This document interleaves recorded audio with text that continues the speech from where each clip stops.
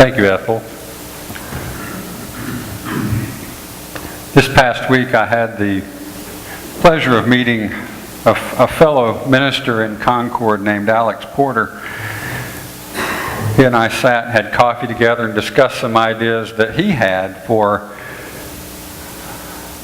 how we might work together on some things in this community, particularly as it relates to youth in our community, or young adults, we might say. It was a great conversation. In the course of the conversation, one of the things that Alex said, and Alex, I'd like you to get to know him, is this really energetic African-American minister here in Concord. Great smile, just really full of energy. And at one point in the conversation, he said to me, we're talking about maybe how to envision what it is the ideas that he has about partnering together with some things.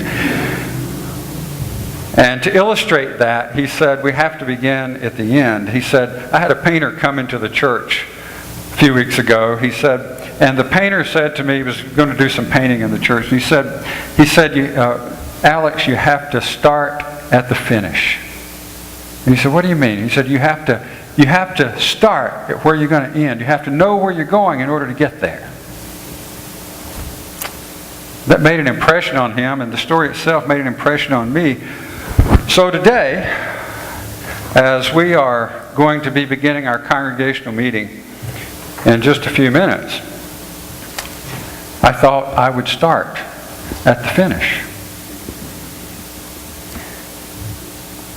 So where I'll begin with is we're going to, after our meeting, we're going to have lunch together in the fellowship hall, potluck lunch.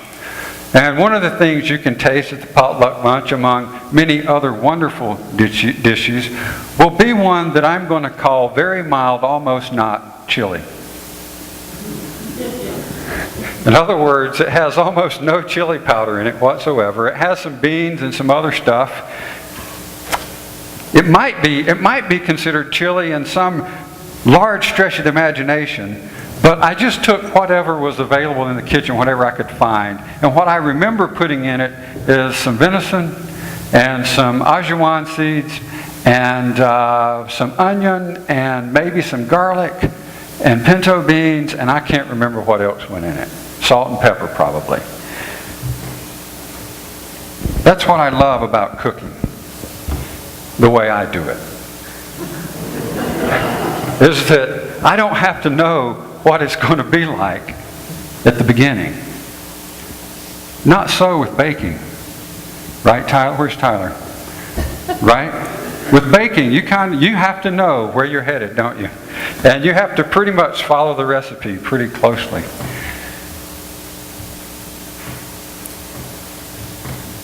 The story of Abram in Genesis chapter 15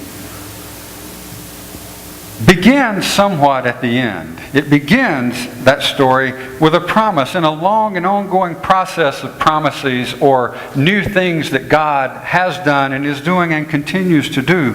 But in this story, God starts at the ending. He tells Abram what is going to be. I promise I will make your name great.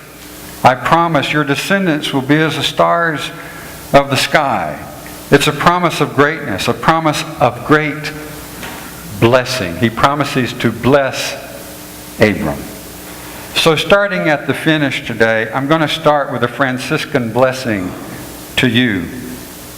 May God bless you with discomfort at easy answers. By the way, you're going to have to listen very closely today because I can't repeat things. We don't have time. Having said that, may God bless you with discomfort at easy answers, half-truths, and superficial relationships, so that you may live within your heart. May God bless you with anger at injustice, oppression, and exploitation of people, so you may work for justice, freedom, and peace. May God bless you with tears to shed for those who suffer pain, rejection, hunger, and war, so that you may reach out your hand to comfort them and to turn their pain to joy. And may God bless you with enough foolishness to believe that you can make a difference in the world, so that you can do what others claim cannot be done, to bring justice and kindness to all our children and the poor. Amen. God's promise to Abram is a promise of blessing. Not blessing itself just yet, but Abram trusts God, and God seals the promise with a ritual of covenant making, the laying of these animals asunder, apart, over and against the other. And God sealing that promise with the ritual of covenant making, walking through, the torch passes through, the light passes through, symbol of God's presence passing through these animals that have been torn apart, cut apart, is a ritual in their day of making a covenant that cannot be broken. God makes this covenant with Abram. God is the one who walks through.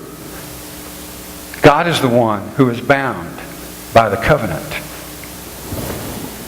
Sealed with the ritual of covenant making, this promise of blessing. The covenant ritual helps Abram visualize the promised blessing, something he can't see, can't imagine. He asks questions about. How is this going to be, God? You haven't shown me anything yet. But the covenant ritual reminds Abram this blessing is to be. God's future is to be.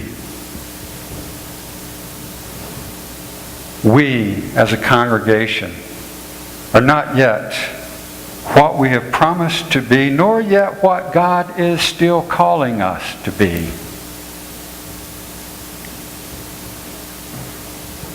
In the same way that Abram trusts God, in order for us to live into this blessing of justice, of peace in our world, we'll have to trust God too. And we'll have to trust each other along the way. We'll have to promise each other that we'll show up for our rituals of eating together. Show up for worship in Sunday school. Show up for serving in the ministries we do now and those we have yet to do that have not yet come into focus for us. Show up for prayer and meditation. Show up for the sharing of our resources and the telling of others about this place of safety and challenge. These are our rituals that move us into visualizing God's promise for our congregation. It's my prayer that, like Abram, who in a vision saw God's promise this way, we too will have the vision as a congregation to go forward together into who we are yet to be. Amen.